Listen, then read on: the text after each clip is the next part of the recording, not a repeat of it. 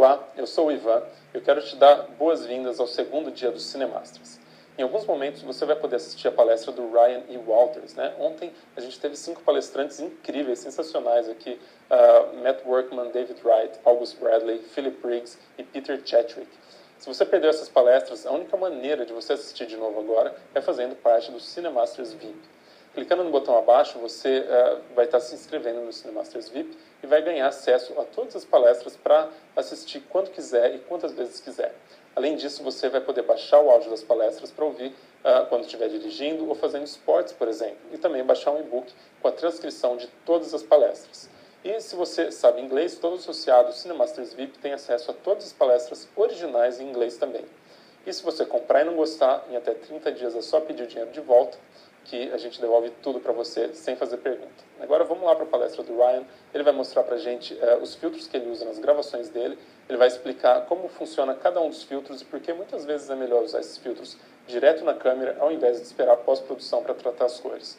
Alguns dos filtros você talvez já conheça e já use, mas tem muitos filtros que eu nunca usei lá e que eu sei que você vai gostar de descobrir que existem. Eu sei que eu fiquei muito contente de descobrir. Então vamos lá para a palestra do Ryan. Hi, my name is Ryan E. Walters. Olá, meu nome é Ryan E. Walters e eu sou um diretor de fotografia freelancer baseado no Pacífico Norte aqui nos Estados Unidos. Na minha carreira de mais de 15 anos, eu tive a oportunidade de gravar curtas e longas metragens, programas de TV e comerciais para marcas americanas. E se você quer saber os meus créditos mais especificamente, vai para o meu website e vê meu portfólio completo. Mas para mim, o que importa de verdade é criar visuais cinemáticos que suportam uma história que eu esteja contando, seja ela uma história curta ou uma longa-metragem. É por isso que eu acredito muito em capturar o máximo possível com a sua câmera. Quanto mais você conseguir criar dentro da sua câmera, melhor o seu vídeo. Por isso que eu acho que filtros para câmera são uma parte importante do processo e eu recomendo fortemente que você comece a olhar esses filtros para sua câmera de uma maneira nova. É mais que só acertar a exposição. Depois de assistir esse vídeo, eu espero que você saia apreciando filtros na câmera como uma dica super poderosa que você pode usar nas suas produções.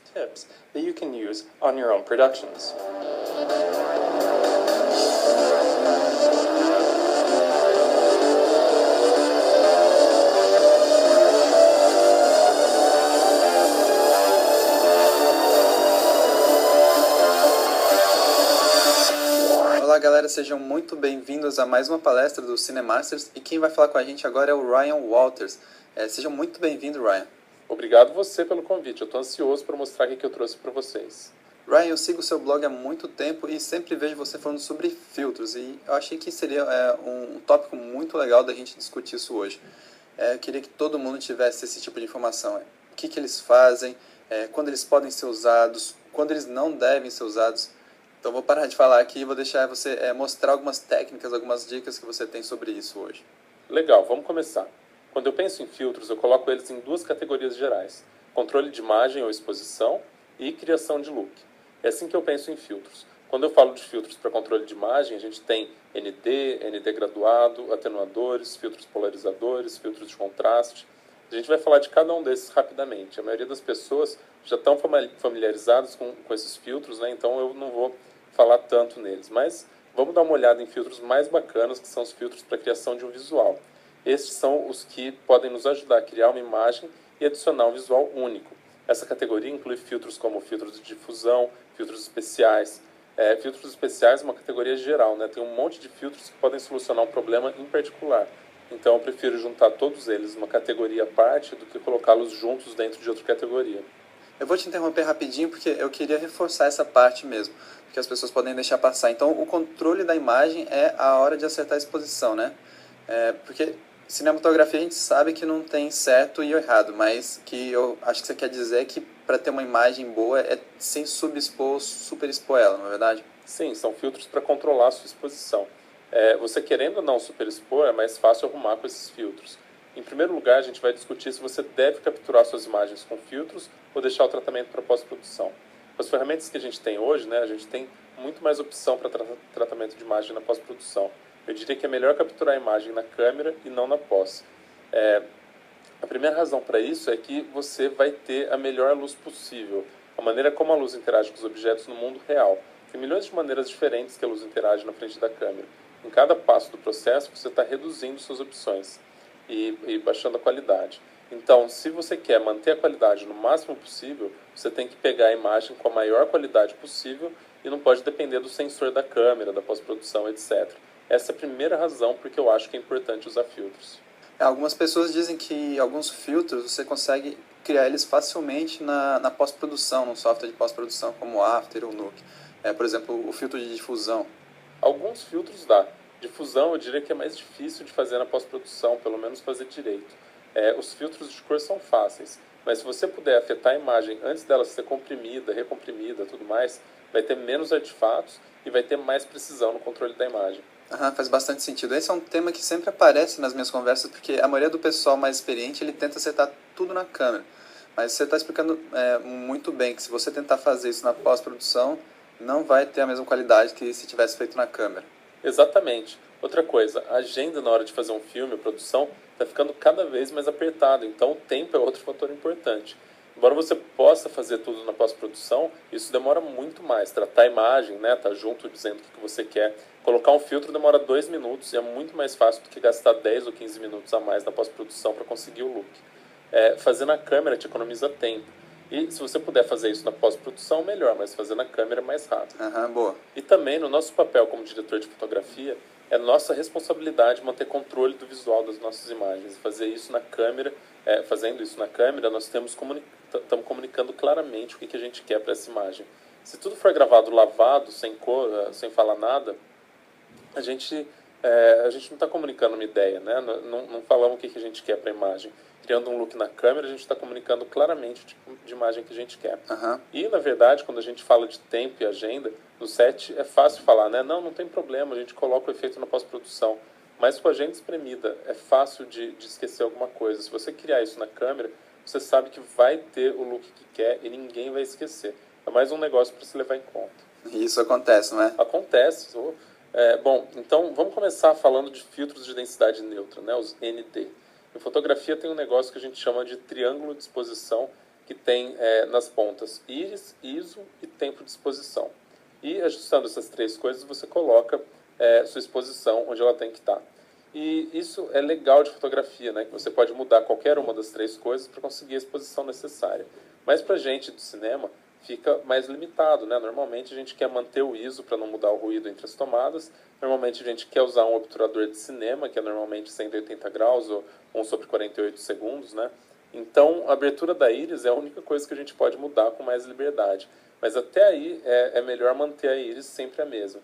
Então, o que o ND faz é ajudar a controlar a exposição para a gente conseguir gravar no stop que a gente quer, né? Porque a gente não pode mudar as outras pontas do triângulo. E claro, se você mudar a íris, acaba ficando com uma profundidade de campo tão grande que perde o desfocado, perde o bokeh que a gente gosta tanto nas câmeras com o sensor grande. Exato, e na maioria das vezes a gente não quer usar um shutter muito rápido, porque a imagem fica com aquela sensação estroboscópica, né? Não dá a mesma sensação emocional que a gente quer.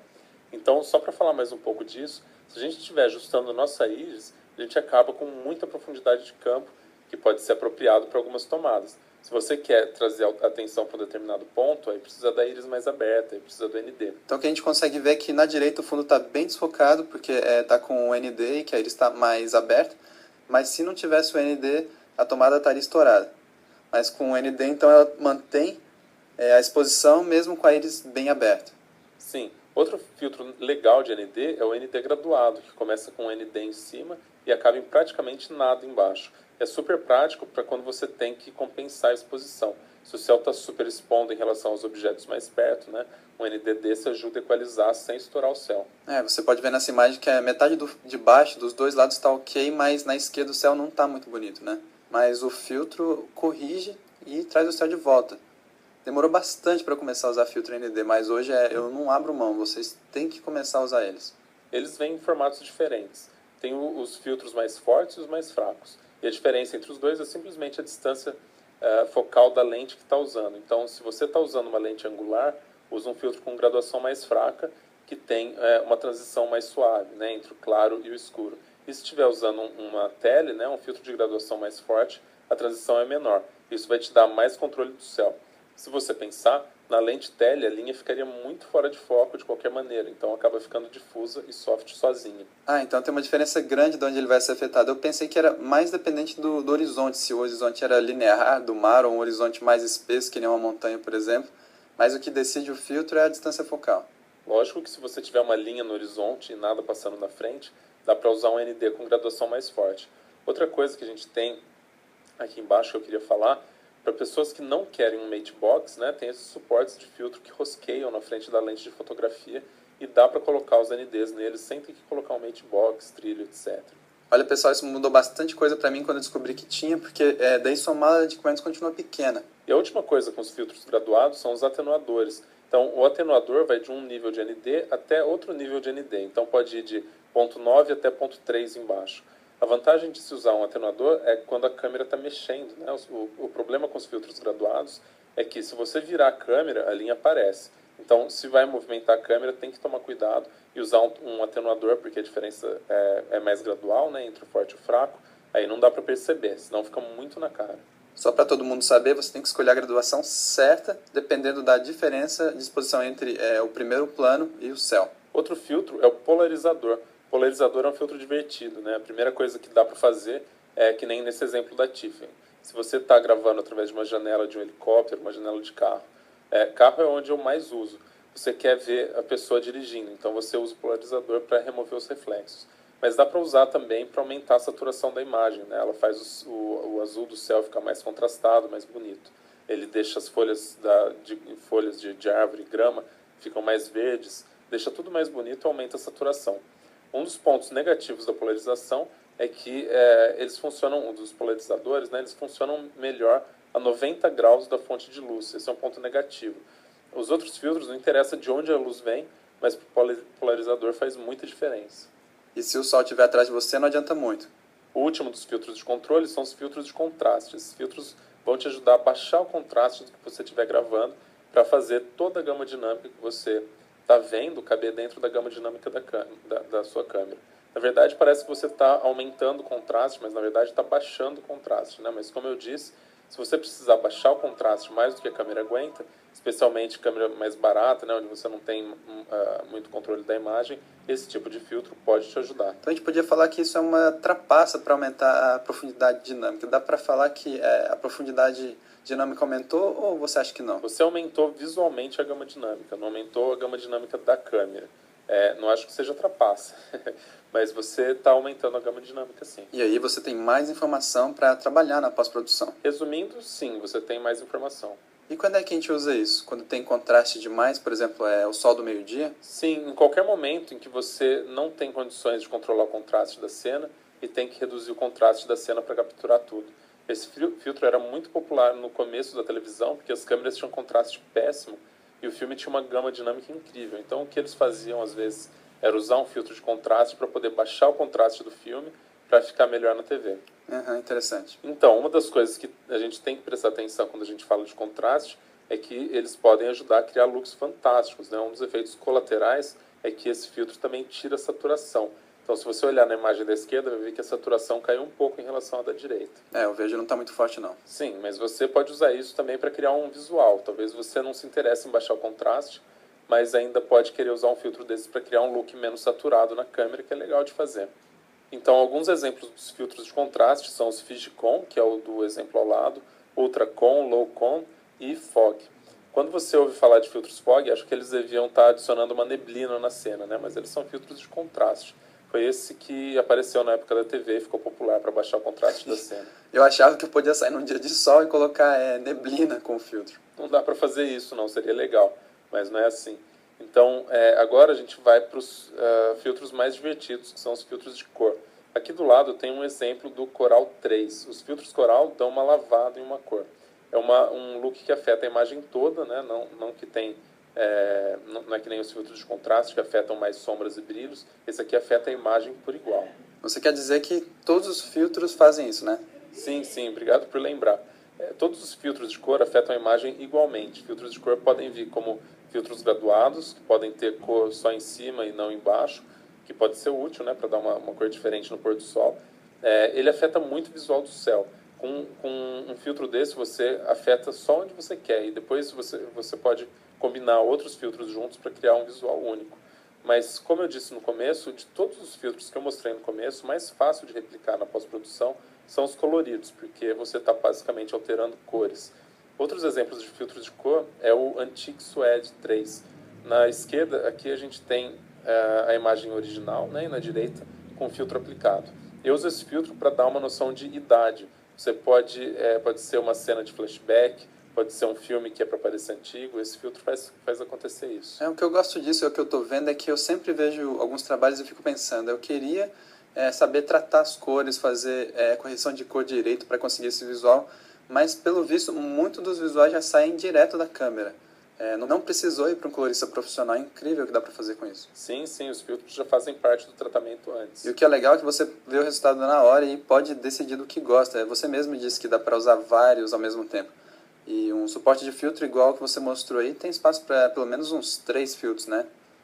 Dá para experimentar bastante. Sim, mas voltando para o filtro coral, né? Os filtros coral são ótimos para dar um visual mais legal para um nascer ou pôr do sol. Normalmente, quando você quer deixar as cores da cena mais quentes. Onde eu moro, no noroeste do Pacífico, a gente tem mais dias nublados do que a maioria dos outros lugares do mundo, né? Então, nem sempre o dia está do jeito que você gostaria de filmar. Então, se você quer deixar as cores de um dia nublado mais quentes, jogar um filtro coral pode ser uma boa ideia. Esse exemplo é bem legal porque dá para ver bem o resultado. E falando sobre combinar os filtros, um dia eu estava brincando com filtro fog e um coral e mexendo no balanço de branco. Dá para criar um visual mais de deserto. O filtro fog está reduzindo um pouco o contraste e também está matando um pouco o céu. Aí o coral está deixando mais quente. E eu mexi no balanço de branco, né? Joguei mais para o tungstênio para deixar mais quente também. É só um exemplo de como criar um look na câmera só com os filtros. Interessante que a imagem do lado é o visual de todo dia, mas você pode estar querendo o look da direita, né? De acordo com a história que você estiver contando. E tentar fazer isso na pós pode dar certo ou não. Eu acho que eu não conseguiria. E me lembra de filmes como os dos irmãos Coen, que eles têm uma textura bem legal, uma textura bem única, e eu imagino que parte das imagens foram feitas com certeza dessa maneira. Bom, esse aqui é um filtro de difusão. O que um filtro de difusão faz é deixar a imagem borrada nas áreas certas e deixar a imagem definida nas áreas certas. Isso acontece por várias técnicas diferentes, né? O Classic Soft, por exemplo, deixa a imagem mais suave em certos pontos, mas a imagem ainda passa a sensação de definição, mas está um pouco mais suave. Isso é útil quando você quer que as pessoas fiquem mais atraentes, né? Nosso trabalho como diretores de fotografia, nossa responsabilidade é deixar as pessoas bonitas, né? E eu acho que isso vai bem com outro tópico que inclusive a gente vai ter nesse evento, que é iluminando a beleza, que um filtro desse melhora muito o rosto da pessoa. Outra coisa que esse filtro faz, que é legal, é que ele tira a cara de digital, né? Nossas câmeras estão cada vez com mais resolução e as lentes que a gente usa são muito definidas, precisas, né? E o que é bacana de um ponto de vista técnico, mas as pessoas que estão do outro lado da câmera, os atores, eles não querem necessariamente que você mostre cada poro da cara deles, né? Cada ruga, cada detalhe do rosto. É a imagem deles e eles dependem dessa imagem para conseguir o próximo contrato. Então, se a gente vai fazer eles parecerem menos atraentes e sem apelo nenhum, sem ajudá-los a ficar mais bonitos, né? A gente não está fazendo um bom serviço. Difusão é uma boa maneira de fazer isso, deixa as pessoas mais atraentes. Você acha que dá para afirmar que isso traz um visual mais fílmico e escapa um pouquinho desse visual de vídeo? Muita gente que gosta de falar de usar o visual fílmico. Eu vi que o filme Lincoln, por exemplo, estava usando bastante difusão em várias tomadas. Eu acho que difusão é um negócio que traz a gente um pouquinho mais perto desse visual fílmico. Definitivamente. E para mim eu gosto muito disso, porque eu acho que tira mesmo essa cara de digital. Nossa câmera tem tanta definição, nossas câmeras, né, elas têm tanta definição, são tão precisas, que eu acho que usar um filtro desse ajuda a imagem a ficar mais cinemática, sim. Parece menos técnica e mais orgânica. Então esse filtro pode ser usado não só para filmar uma pessoa, mas também para uma paisagem, por exemplo, para tirar aquela definição que fica no vídeo. Sim, exatamente. Agora, eu quero mostrar uns filtros especiais, né? Essa, como eu disse antes, é a minha categoria que engloba um monte de filtros que resolvem um problema técnico. Por exemplo, filtros de dioptria, né? Se você olhar aqui em cima, no antes e depois, eu estou usando um filtro de separação de dioptria. Esses filtros ajudam a diminuir o foco mínimo da lente. Então, imagine que a sua lente não deixa você fazer o foco a menos de 1 metro. Você pode colocar um filtro de dioptria e vai poder focar mais próximo. O filtro de separação de dioptria funciona só em metade do quadro, né? No exemplo que eu tenho aqui, dá para ver. À noite, o que a gente faz por causa da falta de luz é abrir a íris e diminuir a profundidade de campo. Mas, às vezes, para algumas tomadas, né, a gente quer um pouco mais de profundidade de campo. A gente pode gastar mais com luz, provavelmente 10 vezes mais, iluminar tudo, ou você pode colocar um filtro desses, e agora dá para focar tanto na pessoa próxima quanto na pessoa mais distante, é o que está acontecendo aqui. Nossa, é incrível, porque eu pensei que quando você mostrou ele era só para transformar a lente numa lente macro, que nem você falou que dá para fazer, mas eu agora estou vendo um uso completamente diferente para ele. Se você tem que fazer esse negócio de macro, aí você tem que usar um filtro de dioptria normal. Aí não precisa sair e alugar uma lente macro, né? Pode usar o que você tem. Não, eu adoro esses filtros, eu mesmo tenho alguns aqui, mas eu nunca usei um filtro de separação de dioptria. E realmente dá mesmo para deixar a íris toda aberta e deixar tudo em foco. Outra coisa que os filtros especiais fazem é te ajudar a criar um look diferente, né? Um dos mais divertidos é o filtro Streak, que é a imagem de baixo. O filtro Blue Streak, acho que é a Schneider que faz. O que ele faz é que qualquer luz que entre no quadro vai gerar essa faixa de luz horizontal. E o que isso parece é um flare de lente anamórfica, né? Então, se você quer um flare anamórfico, não tem mais que... e não tem o dinheiro, né, para ter acesso a uma lente anamórfica, essa é uma grande maneira de criar diretamente aí na sua câmera. Jornada nas estrelas, com certeza. É verdade, e quem não quer esse tipo de flare, esse flare anamórfico? Fica bem legal o visual. Sim, tudo criado na câmera, né? Não tem que fazer isso na pós-produção. Não, o que você está falando é muito bacana, é muita dica legal. E com certeza a BH vai vender um monte de filtro depois disso. Nos anos 80, um filtro que era super popular, né, era o filtro estrela, que ele criava uma estrelinha saindo dos pontos de luz. Não é mais popular hoje, mas se você quer uma estrelinha em cada ponto de luz, pode usar esse. E eu coloquei mais uma nota aqui sobre o que chamamos de optical flat, né? Esses filtros são só um pedaço de vidro que não alteram em nada a imagem. Lógico que se você colocasse um vidro na frente da sua lente, né, o vidro não é necessariamente puro e totalmente transparente, mas esses filtros são. E muita gente usa esses filtros para proteger as lentes. E o que é legal de fazer é criar um look bem estilizado com eles. Você pode, por exemplo, passar pasta de dente, né, em volta do filtro, aí você vai ter um vinhete branco na imagem, né? Isso é divertido. Ou você pode passar vaselina nos cantos ou em cantos específicos e a imagem vai ficar borrada nesses espaços. Então, uma das coisas que dá para fazer com esses optical flats é passar alguma coisa no filtro e ver o que acontece, o que dá para ganhar na imagem. Essa é uma bela dica, essa é novidade para mim também. Se você quiser criar um filtro de streak barato, você pega um optical flat e um lápis de escrever em louça. Aqui nos Estados Unidos a gente chama de China Marker. E você desenha umas listas no filtro e isso vai criar o mesmo efeito de luz que você está vendo aqui. Seria um giz de lousa? Sim, são lápis de graxa que você usa para escrever em louça. Porque esses dá para limpar fácil depois. E o efeito vai aparecer onde você marcou, então? Se você usar um lápis desse, não vai ficar necessariamente azul, né? Vai ficar da cor do lápis. Se você colocar preto, obviamente não vai aparecer nada, mas obviamente vai ficar legal. Não, o que eu acho legal dessas dicas é que elas vão te ajudar quando você for contratado, porque quando as pessoas lembrarem de você, vão lembrar de você como uma pessoa que resolve problemas, e aí vão atrás de você. Inclusive, você pode juntar essas técnicas aí para criar uns visuais bem legais e definir o seu estilo. Eu com certeza recomendo que vocês comprem alguns filtros e descubram o que acontece quando se coloca eles na frente da lente. Uau, tem mais coisa pra gente? Porque o meu cérebro tá explodindo, cara. Não, chegamos no final. Acho que foi um review bacana dos filtros que eu tô acostumado a usar. Nossa, Ryan, muito legal, muitas dicas bacanas. O que eu quero ressaltar são aquele suporte de filtro que todo mundo que filma com DSLR pode comprar e, inclusive, daí usar filtros retangulares. Não precisa usar um matchbox que deixa a câmera gigantesca. E conseguir o look na câmera com os exemplos que você deu. Principalmente o ND graduado, que deixa você controlar a luz do céu de um jeito aí fantástico. Foram muitas dicas, muito obrigado, Ryan. Então é isso aí, pessoal, a gente se vê na próxima apresentação. Obrigado a você, foi um prazer estar aqui com você.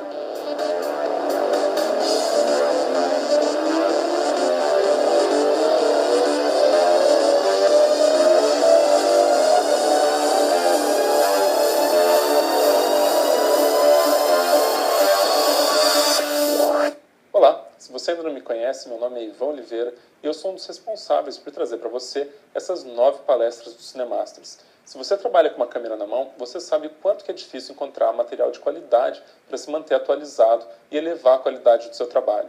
Soma isso, então, o fato de que a esmagadora maioria da informação está em inglês e que, mesmo que você compreenda inglês muito bem, você ainda tem que garimpar no YouTube, no meio de um monte de lixo, por 1 ou 2 vídeos que tem conteúdo que são realmente relevantes para você. E aí que vem o maior problema. Quase todos esses vídeos são feitos por pessoas que estão praticamente no mesmo nível que você, mas que aprenderam um truque ou outro que colocaram no YouTube. A gente concorda, isso é um saco, e a gente decidiu fazer algo a respeito. A gente decidiu fazer um esforço para trazer para você um material de primeiríssima qualidade que vai fazer você dar um salto nessa curva de aprendizado. Ao invés de perder tempo vasculhando o YouTube por técnicas novas e maneiras de melhorar a qualificação do seu trabalho, você vai ter um material incrível nas mãos e vai poder gastar o seu tempo praticando essas técnicas e, lógico, se tornando um profissional muito mais qualificado. Todo o material está disponível em português e também no inglês original para que você possa entender e aplicar 100% do conteúdo no seu set e nas suas gravações. E a cereja em cima do bolo, você vai estar aprendendo de mestres da nossa profissão. E você pode perguntar, Ivan, quem que são esses mestres? Os mestres, bom, nós, Ivan e Rafael, a gente foi colega na faculdade de cinema e a gente se formou junto em 2003, depois da gente ter produzido um curta-metragem.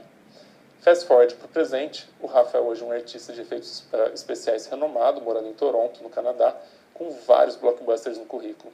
Eu, Ivan, sou proprietário de uma produtora na Holanda com um portfólio cheio de clientes internacionais.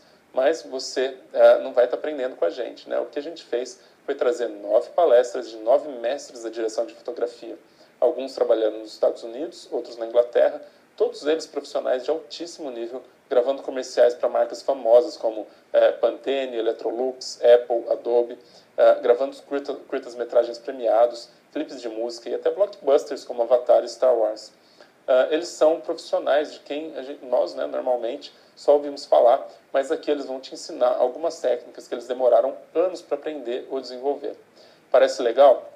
Fica mais legal ainda, porque a partir de agora você pode se inscrever para o Cinemasters VIP. Você vai ter acesso a todas essas aulas com autoridades no ramo de cinematografia, de onde estiver, desde que você tenha uma conexão de internet. Essas aulas vão estar disponíveis sempre para você, a um clique de distância. Talvez você esteja um dia com insônia e vai querer aproveitar para aprender mais ou relembrar. Talvez você tenha fechado um trabalho em que uma das técnicas ensinadas vai ser útil. Com acesso disponível 24 horas por dia, você pode ver e rever as aulas para dar aquele impulso na qualidade do seu trabalho quando você quiser. Você vai ter acesso a essas técnicas exclusivas antes de todo mundo e vai poder oferecer isso para os seus clientes ou até colocar esse conhecimento para funcionar nas suas produções cinematográficas antes de todo mundo no Brasil. Algumas das técnicas, além de inéditas, são técnicas que os profissionais raramente ensinam sem cobrar milhares de dólares. Esses segredos são o que separam meninos de homens. É o que diferencia um diretor de fotografia amador de um profissional respeitado. Você vai poder ler e procurar o conteúdo das palestras dentro de um PDF com todo o material ensinado nas palestras. Tanto para quando você quiser ler com calma, quanto para quando você estiver procurando algum detalhe que se perdeu no meio de tantas palestras. O conteúdo que você procura pode estar a um Ctrl F de distância. Você vai poder fazer download dos áudios de cada uma das palestras. Talvez você seja uma pessoa muito ocupada para ficar na frente do computador assistindo as palestras, ou talvez você esteja em cima da hora para gravar um trabalho e você quer ouvir as palestras no carro. Ou você gosta de aprender enquanto faz esportes. Essas aulas vão estar disponíveis para que você faça o download e ouça no seu próprio carro, no seu celular ou até na sala da sua casa. Além de todo o material dublado para você, a gente também está oferecendo de bônus as palestras em inglês, para que você possa aprender os termos em inglês, né? Ouvir a voz dos próprios profissionais e até treinar o idioma com enfoque nos termos relacionados à sua própria profissão. E se você já investiu em cursos e treinamentos de alto nível antes, você sabe que um curso com um só palestrante, como os que a gente trouxe para você, pode chegar a custar mais de $1.000. E mesmo assim, um treinamento desse nível, além de incluir o preço do curso, inclui o preço de viagem para outro país, hotel, alimentação. A gente está trazendo o conteúdo de 9 palestrantes para que você possa assistir no conforto da sua casa. Então, para ter acesso 24 horas por dia ao portal, com as aulas em português e inglês, baixar um e-book, baixar os MP3 e se tornar um profissional muito mais qualificado, que pode cobrar muito mais pelo seu trabalho, o investimento é de R$ 397 à vista, que podem ser parcelados no cartão de crédito em até 12 vezes. E aí, soa bacana, mas você ainda não tem certeza se é uma boa ideia? A gente sabe que comprar online é sempre um risco e que você provavelmente já investiu seu dinheiro em treinamentos que não tinham conteúdo à sua altura ou que não entregavam o que prometiam. A gente também já passou por isso. Mas para você ter certeza de que está fazendo a escolha certa e não ter que correr risco nenhum, a gente assume todo o risco da sua compra. Como? Você pode fazer o investimento hoje mesmo no Cinemasters VIP sem medo, porque você tem 30 dias a partir do dia do pagamento para pedir todo o seu dinheiro de volta. Isso mesmo, se você achar que o Cinemasters VIP não é para você, ou se você tem qualquer razão que seja para não querer manter sua inscrição, você pode mandar um e-mail para a gente em até 30 dias e a gente cancela a sua compra sem fazer perguntas. É só um e-mail, sem conversa, sem secretária eletrônica. Isso porque a gente tem certeza de que você vai adorar o Cinemasters VIP. As vagas são limitadas, então a gente limita o número de vagas para poder dar uma experiência e atenção para os clientes VIP. Isso significa que as vagas vão se acabar rapidamente e depois disso a gente não tem previsão nem de abrir novas vagas, nem de quando vai ser o próximo Cinemasters. Essa é uma oportunidade única e deixar ela passar pode fazer com que você deixe de crescer profissionalmente na velocidade que poderia, utilizando, lógico, conhecimentos de mestres da cinematografia. Então, debaixo desse vídeo tem um botão que vai te levar para a página de pagamento. Clica no botão agora e a gente está te esperando lá dentro do Cinemasters VIP. Até lá!